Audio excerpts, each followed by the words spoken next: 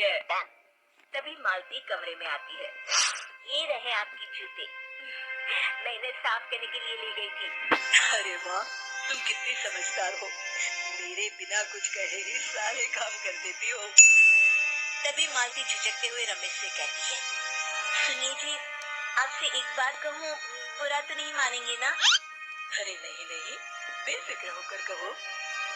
शादी से पहले मैं अपने मायके में नौकरी करती थी। मैं चाहती हूँ कि अब मैं फिर से नौकरी करना शुरू कर दूँ।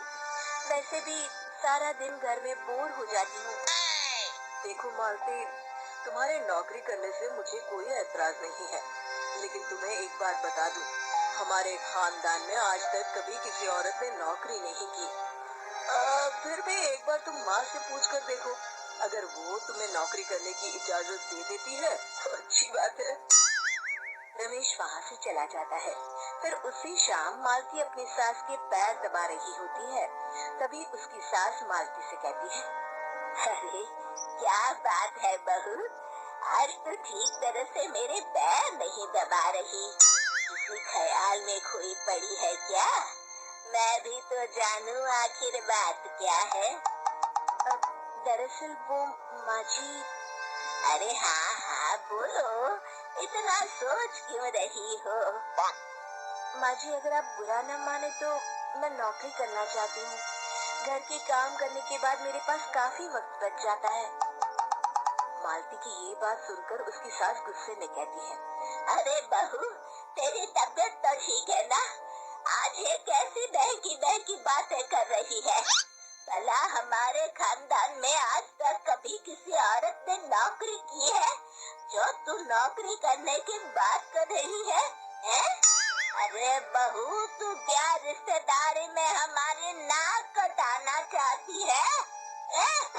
इतना जल्दी हो सके अपने दिमाग से नौकरी का भूत उतार दे, और अब जा, जल्दी से रसोई में जा, खाना बनाने का वक्त हो रहा है। मालती मन मार कर खाना पकाने के लिए रसोई घर में चली जाती है। अगले दिन, नमस्ते माँ जी, कैसी हैं आप? अरे आओ आओ दिवाकर बेटा, बैठो, मैं तुम्हारे लिए चाय मंगाती हूँ। बहू, जरा एक कप चाय तो लेती आना। फिर दिवाकर एक फाइल खोलकर मालती की सास के सामने रख देता है। ये देखिए माँ जी, ये है पिछले महीने का हिसाब और ये रहे मुनाफे के रुपए। एक बार हिसाब देख लीजिए और इन कागजों पर अपने दस्तखत कर दीजिए। अरे दिवाकर बेटा, मैंने भला आज तक कभी तेरा हिसाब देखा है जो अब देखूंगी? ला बता, कहाँ दस्तखत करूं? तभी मालती चाय लेकर वहाँ जाती है और अपनी सास को बिना कागजातों को पढ़े इस तरह लापरवाही से दस्तखत करते हुए देखकर हैरान रह जाती है। अच्छा माँ जी, अब मैं चलता हूँ, फैक्ट्री में बहुत काम है। फिर दिवाकर वहाँ से चला जाता है। कुछ दिनों बाद मालती बाजार में कुछ सामान खरीद रही होती है। तभी एक बूढ़ा आदमी उसे आवाज देता है, अरे मालती बेटी, कैसी हो? मुझे पहचाना? मैं तुम्हारी कंपनी में मुनीम का काम करता हूँ। हाँ चाचा जी, मैं आपको बिल्कुल पहचानती हूँ। कहिए, कैसे हैं आप? मैं तो ठीक हूँ, कंपनी में कुछ भी ठीक नहीं चल रहा, यहाँ तक कि हमें ठीक वक्त पर तनख्वाह भी नहीं मिलती। ये आप क्या कह रहे हैं? अब क्या बताऊं, आप लोग तो कभी हिसाब किताब देखने दफ्तर आते नहीं।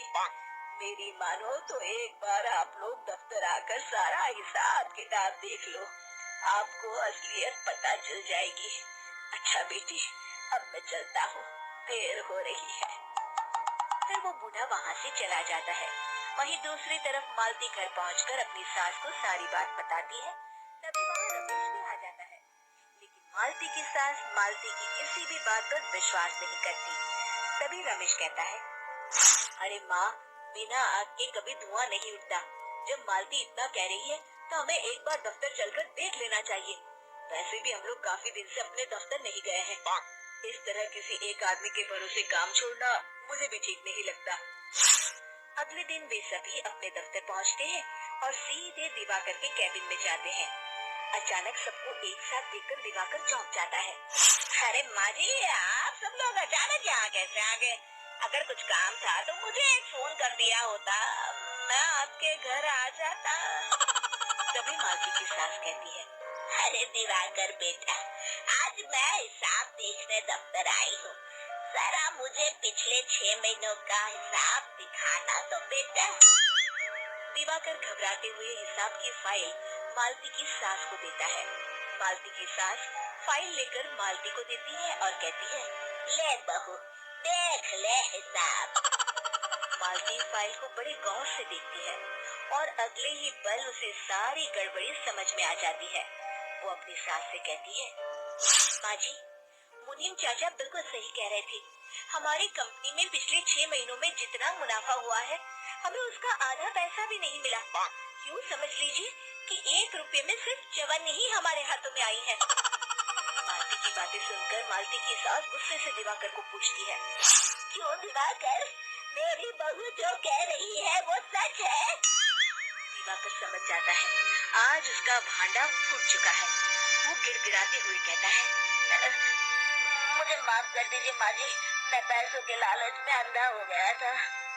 अरे वाह दिवाकर, तू तो एक नंबर का चोर निकला।